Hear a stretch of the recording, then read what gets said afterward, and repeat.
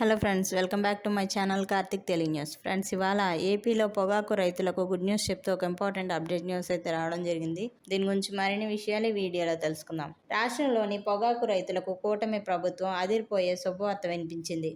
పొగాకు రైతులను ఆదుకునేందుకు క్వింటాల్కు 1000 రూపాయలు అదనంగా ఇవ్వాలని డిసైడ్ అయింది. తాజాగా రాష్ట్రంలోని పొగాకు సమస్యలపై హాజరైన మంత్రులు సమీక్షా సమావేశం నిర్వహించారు. పలు కీలక అంశాలపై చర్చించిన తర్వాత పొగాకు నాణ్యత నిర్ధారణ కోసం 5 సభ్యుల కమిటీ ఏర్పాటు చేస్తూ మంత్రులు కీలక నిర్ణయం తీసుకున్నారు.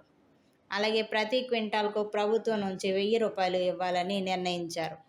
అలాగే పొగాకు రైతులకు 2 ఏళ్ల పాటు ఎలాంటి వడ్డీ లేకుండా 50,000 రూపాయల వరకు రుణాలు ఇవ్వాలని నిర్ణయించారు. అంతేకాకుండా పొగాకు కొనుగోలు చేసిన 9 రోజుల్లోనే రైతుల ఖాతాల్లో నగదు జమ చేయనున్నట్లు మంత్రులు వెల్లడించారు.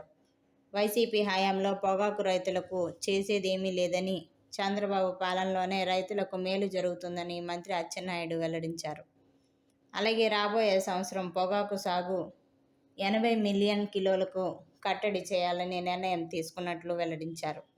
అయితే కొందరు దీన్ని రాజకీయం చేయాలని ప్రయత్నిస్తున్నారని మండిపడ్డారు. గత ప్రభుత్వ హయాంలో కేవలం 11 మిలియన్ కిలోలు మాత్రమే మార్క్ఫెడ్ ద్వారా కొనుగోలు చేశారని, రైతులు ఈ విషయం గుర్తించాలని అన్నారు. అలాగే నాణ్యత విషయంలోనూ కఠినంగా ఉంటామని, గ్రేడ్ తక్కువని చెప్పి వ్యాపారులు ఇష్టారాజ్యంగా ధరలు వేసేందుకు వెళ్ళొద్దన్నారు.